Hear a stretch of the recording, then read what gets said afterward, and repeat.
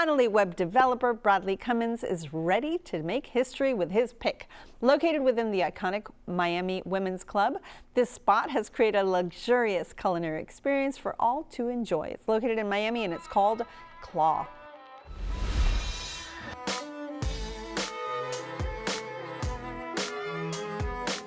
Hi, I'm Kevin D'Antonio. I'm the beverage director here at Claw Restaurant Miami. So the concept was actually built in London, so it's a riff of the concept Beast. So Beast is all about communal dining, focusing on Norwegian king crab that we source actually out of the ocean. It's an invasive species, as well as a regional beef program. So that was actually brought over here many years ago. The building was actually founded by Henry Flagler. It was to honor the Women's Club of Miami. The history dates back to 1925. Sasha and the group actually founded it 2015, 2016, and it's been something in development since then. It's historic, so we wanted to kind of play homage to that. There's plenty of places that kind of knock things down that are historic. We wanted to embrace that. So you'll see a lot of the high ceilings that are still in play. The fifth floor is actually encompassing our kitchen, but we really want to play with the high ceilings that we have available, as well as the bay view that encompasses the building itself in Biscayne Bay. I think some of the deepest feedback we get is the fact that the king crab is so fresh. I think most guests have had king crab throughout their lives. We really try to honor anything we have coming in. So presenting it live and fresh, having it as part of what you visually see, and then becoming something that's as delicious as it may be, that's so succulent, it's very juicy. I think that's the biggest feedback we get and what we really pride ourselves on here at Claw. I think what people will say the most is Claw is something that I had no idea of, and I can't wait to tell everybody about.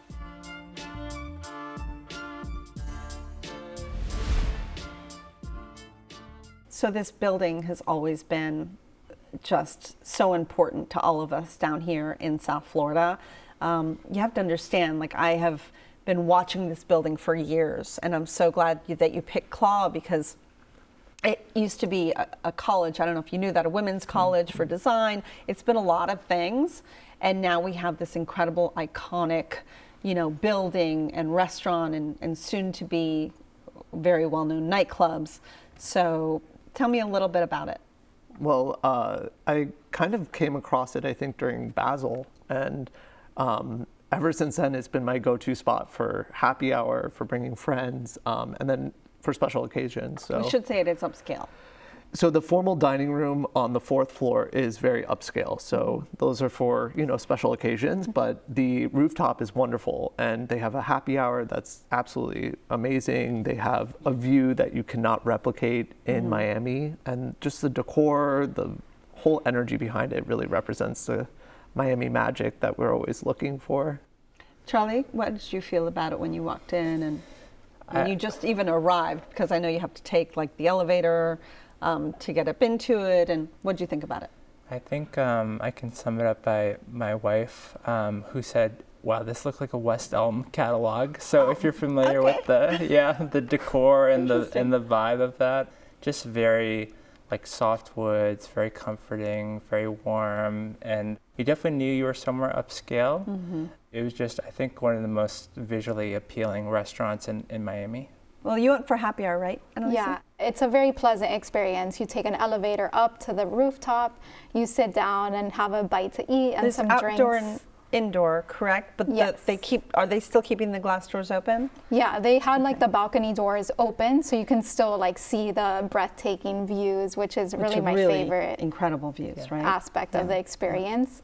So yeah, I really enjoyed it for happy hour. I love the cocktail that I had. It was raspberry and vodka. It was a very refreshing drink for a Friday.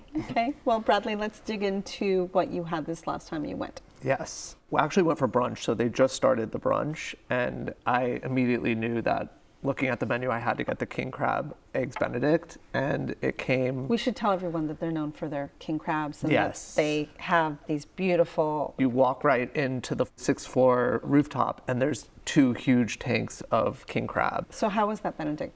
It was delicious? Beautiful. I mean, instead of using the traditional English muffins, they had these fresh made whole grain bread that they put on, which I was kind of nervous about. Then it just absorbed so well, and it was the perfect combination between the very rich tasting king crab and then the hollandaise and the eggs. So it was a perfect combination. Nice. What'd you have? We started off with the giant prawns, the yuzu kosho sauce. and they're great. They were cooked really well. I think it's pretty easy to overcook shrimp or prawns. It can't be, But they were perfectly tender, and the sauce was delicious. How about that bone-in New York strip you had? Yeah, I went for that one because you don't see, well, first off, the server was very knowledgeable, super about all the different cuts, their dry aging process, all the steaks are dry aged for. Not just that, where they're coming from. Exactly. Because they're using smaller ranches. Exactly. So the one that you had, I think, was from Stafford's? Yeah, it was Yeah? from Florida, and that's why I chose that one, because it's not often that you Not see very often. cuts of beef from Florida. Nice. And Lisa, tell me about all those apps that you had. I know that Yeah. you were there for happy hour, so you had a lot of little things. So tell us a little bit about a few of them. Yeah, so I had the little bar snack. It's kind of like a charcuterie board. It came with some cheese, salami, almonds. So that was really nice. I had the stracciatella, which is like a cheese. It's the inside of the burrata. Is Yes. exactly what it is. It's like ricotta a little bit, yeah? Yeah, I was Okay. like, this reminds me of burrata. So Well, that, there you that go. makes That's why. sense.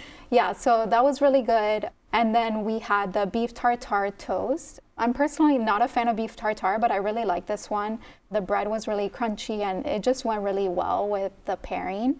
And my boyfriend and I ordered drinks. So I got that raspberry cocktail and he got a gin cocktail, which the drinks were really great. Nice. Well, you went a little traditional, Charlie. You had a flourless chocolate cake? And we had a flour chocolate cake. What was the standout for me was the Grand Marnier ice cream that they topped it with. It was sounds delicious. delicious. Well, Bradley Claw was your choice. Go ahead and give me a summary, please. If you're looking for an amazing time out in Miami for that magical outlook, go to Claw and you'll get a little bit of Miami magic. Beautiful. Charlie? I think ambiance, quality of service, quality of ingredients, as long as you going in knowing that it's a bit pricey, it's definitely one of the nicer experiences that you can have in Miami. And Lisa? Beautiful spot for happy hour with great drinks and small bites. For a beautiful dining experience at an iconic location, you can visit Claw, located at 1737 North Bayshore Drive in Miami. They're open for dinner Monday to Saturday with brunch and dinner on Sundays. Reservations are accepted, where the average price for dinner without drinks is about $80.